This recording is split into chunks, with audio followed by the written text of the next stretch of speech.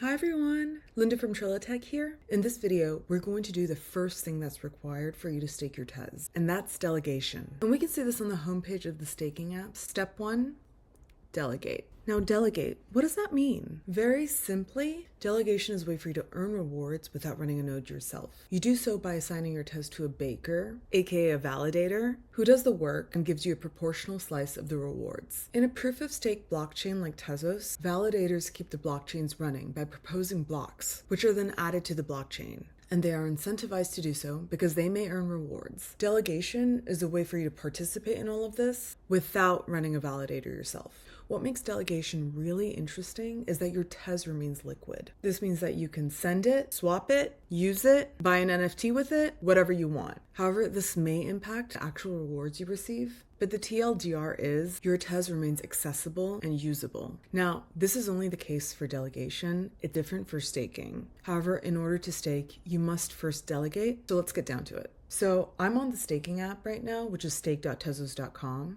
Let's connect our wallet to get started. So I'm going to go over here and click on Connect Wallet. Now for this, I'm using Kukai.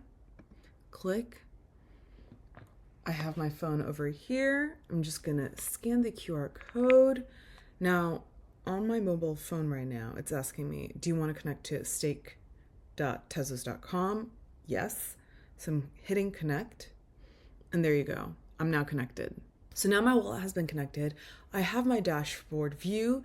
You want to make sure that you have the right wallet address, and I see the amount of Tez I have in this wallet.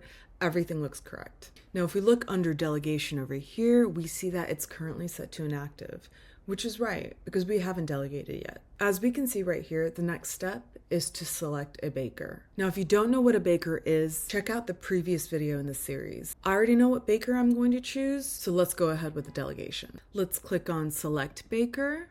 So as we can see, in order to stake, you need to delegate your Tez first. It also reminds us that our delegated Tez will remain liquid, which means that they are available for us to use. So let's continue.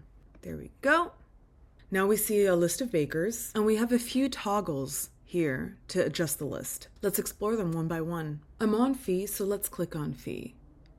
As we can see, okay, there we go. It just reordered the list according to the lowest fee, which is 0. Fee is essentially the amount that a baker takes as a cut. You see that on the lower side, the fees are 0. Now, if we click again, we see that on the higher end, fees are 100%.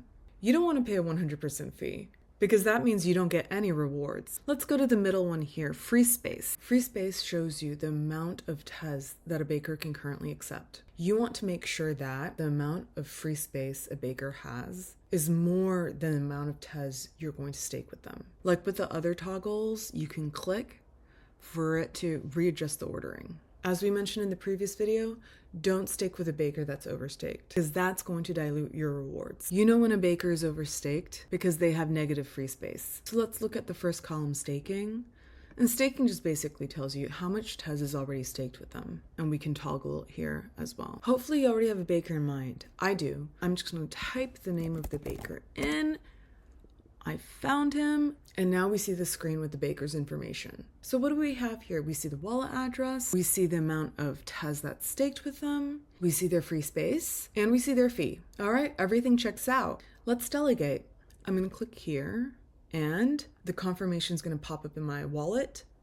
I'm sliding to confirm, and there we go.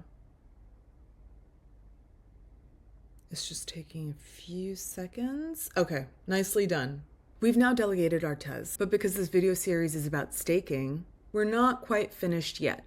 Check out the next video to complete the staking process, and don't worry, there isn't much left to do. There are just a few clicks left,